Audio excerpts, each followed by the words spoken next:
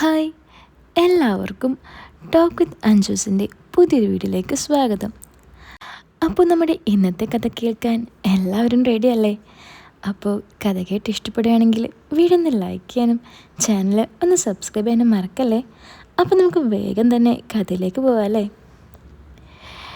രാത്രിയിൽ മഴ ശക്തിയായി പെയ്യുന്നുണ്ട്.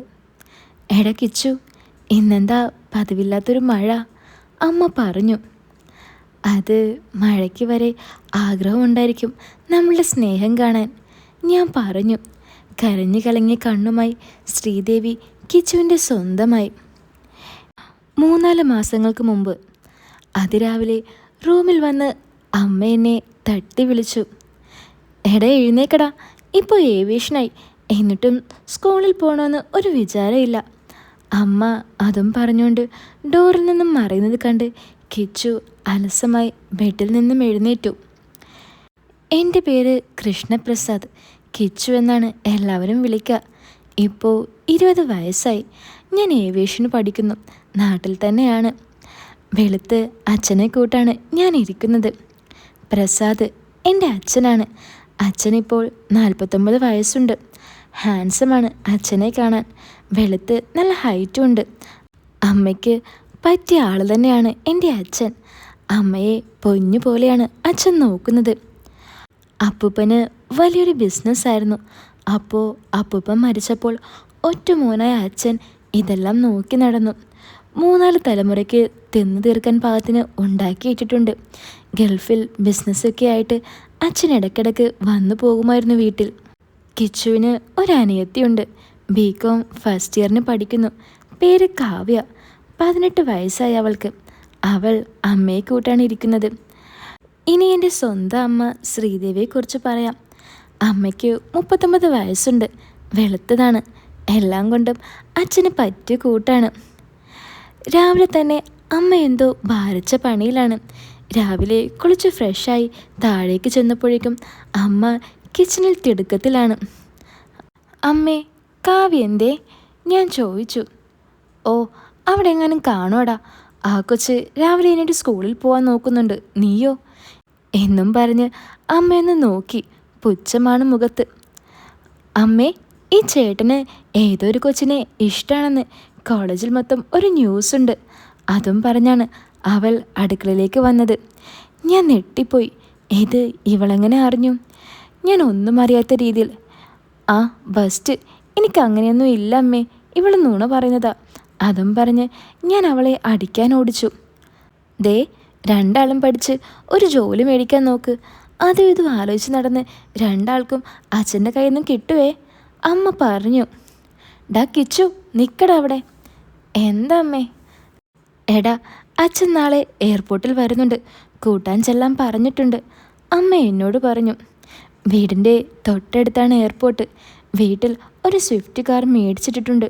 സോ അതുകൊണ്ട് തന്നെ കാർ ഓടിക്കാൻ ചെറുപ്പം മുതലേ അറിയാം. പിന്നെ വീട്ടുകാർ വണ്ടി എടുത്താലൊന്നും പറയില്ല, ഓവറായാൽ സീനാണ്. എന്നാലും ഞാനും അവളും അധികമൊന്നിനും നിൽക്കാറില്ല എന്ന് വീട്ടുകാർക്കൊരു വിശ്വാസമുണ്ട്. അങ്ങനെ അച്ഛൻ വന്നു. ശ്രീദേവി അമ്മ ഒരു സാരിയൊക്കെ ഉടുത്ത് സുന്ദരിയായി, ശരിക്കും ഒരു ദേവതയെ പോലെയുണ്ട്. അച്ഛൻ ഇടയ്ക്കിടയ്ക്ക് കാറിലിരുന്ന് അമ്മയെ നോക്കുന്നുണ്ട്. അങ്ങനെ ഞങ്ങൾ വീട്ടിൽ വന്നു. അച്ഛൻ എനിക്ക് ഒരു ഐഫോൺ കൊണ്ടുവന്നു. ഞാൻ ഹാപ്പിയായി. അവൾക്കും കുറേ ഡ്രസ്സും മേക്കപ്പ് സാധനങ്ങളൊക്കെ കൊണ്ടുവന്നു. അവളും ഹാപ്പി. അങ്ങനെ അന്നത്തെ ദിവസം വളരെ സന്തോഷകരമായി നീങ്ങിക്കൊണ്ടിരുന്നു.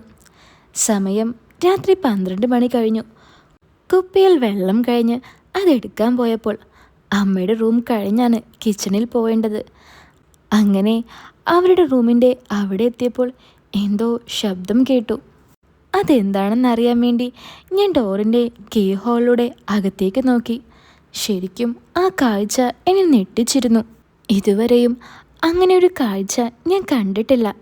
ബട്ട് ഇത് ഐ എൻജോയ്ഡ് എ ലോട്ട്. പക്ഷേ ആ കാഴ്ച കണ്ടപ്പോൾ എനിക്കൊരു കാര്യം മനസ്സിലായി. അമ്മ വിചാരിക്കുന്ന പോലെയൊന്നും കാര്യങ്ങൾ നടക്കുന്നില്ല എന്ന്. പിറ്റേന്ന് രാവിലെ സൺഡേ ആയതിനാൽ ലേറ്റായിട്ടാണ് ഞാൻ എഴുന്നേറ്റത്. വേഗം ബാത്റൂമിൽ പോയി കുളിച്ച് ഫ്രഷായിട്ട് ഞാൻ താഴേക്കിറങ്ങി. കിച്ചു, ഇതെന്തുറക്ക? ഇപ്പോഴാണോ നീ എഴുന്നേക്കുന്നേ? എന്നെ കണ്ടതോടെ അമ്മ പറഞ്ഞു. അമ്മയെ കണ്ടപ്പോഴെല്ലാം എൻ്റെ മനസ്സിൽ ഇന്നലെ നടന്ന കാര്യങ്ങളായിരുന്നു.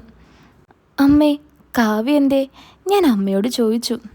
കാവ്യ അച്ഛൻ്റെ അടുത്തുണ്ടടാ. ഞാൻ മെല്ലെ സിറ്റ് ഔട്ടിലേക്ക് ചെന്നപ്പോൾ അച്ഛൻ്റെ കൂടെ കാവ്യ ഇരിക്കുന്നു. അച്ഛൻ കാവ്യയെ കൊഞ്ചിക്കാണ്. എൻ്റെ മോക്ക് അച്ഛൻ കൊണ്ടുവന്ന സാധനങ്ങളൊക്കെ ഇഷ്ടമായോ? അച്ഛൻ ചോദിച്ചു. ആ, ഇഷ്ടമായ അച്ഛാ. എനിക്കും ഏട്ടൻ്റെ കൂട്ട് ഒരു ഫോൺ കൊണ്ടു തരാത്തത് എന്താ അച്ഛാ? അതിന് മോൾക്കിപ്പോൾ ഒരു ഫോണില്ലേ, അത് പോരെ? അച്ഛൻ ചോദിച്ചു. അത് പഴയതുപോലെ ഒന്നും വർക്കാവുന്നില്ല അച്ഛാ, കാവ്യ പറഞ്ഞു. ആണോ? എന്നാൽ സാരില്ല, അച്ഛൻ അടുത്ത വട്ടം വരുമ്പോൾ മൂക്ക് കൊണ്ടുവന്ന് തരാട്ടോ, അച്ഛൻ പറഞ്ഞു. നല്ല അച്ഛൻ, കാവ്യ പറഞ്ഞു. അച്ഛാ, അച്ഛൻ എന്നാ തിരിച്ചു പോകണ്ടേ? ഞാൻ ചോദിച്ചു. നാളെ പോണോടാ, അച്ഛൻ പറഞ്ഞു. അതിന് ഇന്നലെ വന്നല്ലേ ഉള്ളൂ, പിന്നെ നാളെ പോണോ? ഞാൻ ചോദിച്ചു. ആ, പോണോടാ, കുറേ ജോലി ചെയ്തു തീർക്കാൻ ബാക്കിയുണ്ട്, അച്ഛൻ പറഞ്ഞു. അത് ശരി. ഞാൻ കരുതി ഇനി ഒരു മന്തെങ്കിലും ഏട്ടനിവിടെ കാണുമെന്നാ. സാധാരണ വരുമ്പോൾ അങ്ങനെയല്ലേ? അമ്മയാണ് അത് പറഞ്ഞത്. ഇല്ലടി, കുറേ ജോലി തീർക്കാനുണ്ട്, അച്ഛൻ പറഞ്ഞു. അങ്ങനെ ആ സൺഡേ ഞാനും അച്ഛനും അമ്മയും കാവ്യയും ചേർന്ന് നന്നായി അടിച്ചു പൊളിച്ചു. സന്തോഷത്തോടെ അന്നത്തെ ദിവസം കഴിഞ്ഞു. പക്ഷെ രാത്രിയായപ്പോൾ, ഇന്നലത്തെ അതേ സമയമായപ്പോൾ ഞാൻ അങ്ങോട്ടേക്കൊന്ന് ചെന്ന് നോക്കി. പക്ഷേ ഈ വട്ടം എനിക്ക് കരച്ചിൽ വന്നു. നിനക്ക് ഞാൻ പോകുന്നതിന് വിഷമാണോ? അച്ഛൻ അമ്മയോട് ചോദിക്കുന്നുണ്ട്. ഏട്ടൻ പോകാതിരുന്ന കാര്യങ്ങളെങ്ങനെ നടക്കുക? പോകുമ്പോൾ ഒരു വിഷമമാണ്, അതും പറഞ്ഞ് അമ്മ തേങ്ങുന്നുണ്ട്. അപ്പോഴാണ് ഇന്നലെ നടന്നുപോയ കാര്യത്തെക്കുറിച്ച് ഓർത്ത് എനിക്ക് കുറ്റബോധം തോന്നിയത്. പിന്നെ ഞാൻ അവിടെ നിന്നില്ല, തിരിച്ചെൻ്റെ റൂമിലേക്ക് വന്ന് കിടന്നുറങ്ങി. പിറ്റേന്ന് അച്ഛനെ കൊണ്ടാക്കി. അമ്മയുടെ മുഖം ആകെ വിഷമിച്ചിരുന്നു. പിറ്റേന്ന് സ്കൂളിൽ പോയി. സ്കൂളിൽ എനിക്ക് അധികം ഫ്രണ്ട്സൊന്നുമില്ല. എനിക്കാകെ ഒരുത്തനേ ഉള്ളൂ ബെസ്റ്റ് ഫ്രണ്ടായിട്ട്, അബി എന്നാണ് അവൻ്റെ പേര്. പിന്നെ കാവ്യ അമ്മയോട് പറഞ്ഞ കാര്യം ശരിയാണ് കേട്ടോ, എനിക്ക് ഒരു പെണ്ണിനോട് ഇഷ്ടമുണ്ട്. അവളുടെ പേര് ധന്യ എന്നാണ്. കാണാനും അടിപൊളിയാണ്. എൻ്റെ ക്ലാസ്സിൽ തന്നെയാണ് അവളും. അങ്ങനെ ക്ലാസ് റൂമിൽ, ഡാ അളിയ, ധന്യക്ക് നിന്നെ ഇഷ്ടമാണെന്ന് തോന്നുന്നു, അബിയാണ് അത് പറഞ്ഞത്. അതെന്താടാ അങ്ങനെ തോന്നാൻ? ഞാൻ അവനോട് ചോദിച്ചു. എടാ, മറ്റേ സംഗീതയില്ലേ, അവൾ ഇന്നലെ എനിക്ക് മെസ്സേജ് ഇട്ടിരുന്നു, നീ പറയാനായിട്ട് അവൾ നോക്കിയിരിക്കുകയാണെന്ന്. ആണോടാ? എന്നാ ഞാൻ ഇപ്പോൾ തന്നെ അങ്ങ് പോയി പറഞ്ഞാലോ? എടാ, അത് വേണ്ടടാ, കുറച്ചൊക്കെ കഴിഞ്ഞിട്ട് മതി, നമുക്കൊന്ന് വെയിറ്റ് ആക്കാം, എന്നിട്ട് നീ പറഞ്ഞാൽ മതി. അതെന്താടാ? ഞാൻ ചോദിച്ചു. എടാ, അതാടാ നല്ലത്. അവൾ ഈ വർഷമല്ലേ ഇങ്ങോട്ട് വന്നത്, അപ്പോൾ ക്ലാസ് തുടങ്ങി 4 മാസമല്ലേ ആയുള്ളൂ. അപ്പോൾ അതിനിടയ്ക്ക് നീ കയറി പറഞ്ഞാൽ അവൾ എങ്ങനെയുള്ള ടൈപ്പാണെന്ന് അറിയില്ലല്ലോ, ലാസ്റ്റ് ഇട്ടിട്ട് പോയാലോ. അതുകൊണ്ട് കുറച്ചുകൂടി ഒന്ന് വെയിറ്റ് ആക്കിയിട്ട് പറയാം. ഞാനൊന്ന് ആലോചിച്ചു, അത് ശരിയാണെന്ന് മനസ്സിലായി. അങ്ങനെ ദിവസങ്ങൾ കടന്നുപോയി. അവളും ഞാനും കൂടി ക്ലാസ്സിൽ ഫുൾ നോട്ടാണ്. ഇടയ്ക്കിടയ്ക്ക് അവൾ നോക്കിയൊരു ചിരിയുണ്ട്. ഹോ, എൻ്റെ സാറേ, ചുറ്റുള്ളതൊന്നും കാണാൻ തോന്നില്ല. അങ്ങനെ ഞങ്ങളുടെ കോളേജിൽ ഓണ ഫെസ്റ്റിവൽ എത്തി. പിള്ളേരെല്ലാം അത്തപ്പൂക്കളം ഇടുന്ന തിരക്കിലാണ്. ഞാനും അവളുമാണെങ്കിൽ കണ്ണും കണ്ണും നോക്കി നിൽക്കും. അവൾ ഒരു സാരിയൊക്കെ ഉടുത്ത് മുല്ലപ്പൊക്കെ ചൂടി. What A beauty. ഫുഡെല്ലാം കഴിച്ചു കഴിഞ്ഞ് ഒരു മരത്തിനടിയിൽ ഒരാൾത്തറയിൽ അവൾ ഒറ്റയ്ക്കിരിക്കുന്നു. ഞാൻ ചെന്ന് അവളുടെ അടുത്തിരുന്നു. എന്താ കൃഷ്ണ, എന്തെങ്കിലും പറയാനുണ്ടോ എന്നോട്? ധന്യ എന്നോട് ചോദിച്ചു. എടി, അത് പിന്നെ, ഞാൻ തപ്പിക്കളിച്ചു. വളച്ചു കെട്ടണ്ട, നീ പറയാൻ പോകുന്നത് എന്താണെന്ന് എനിക്കറിയാം. എന്നെ ഇഷ്ടമാണെന്നല്ലേ?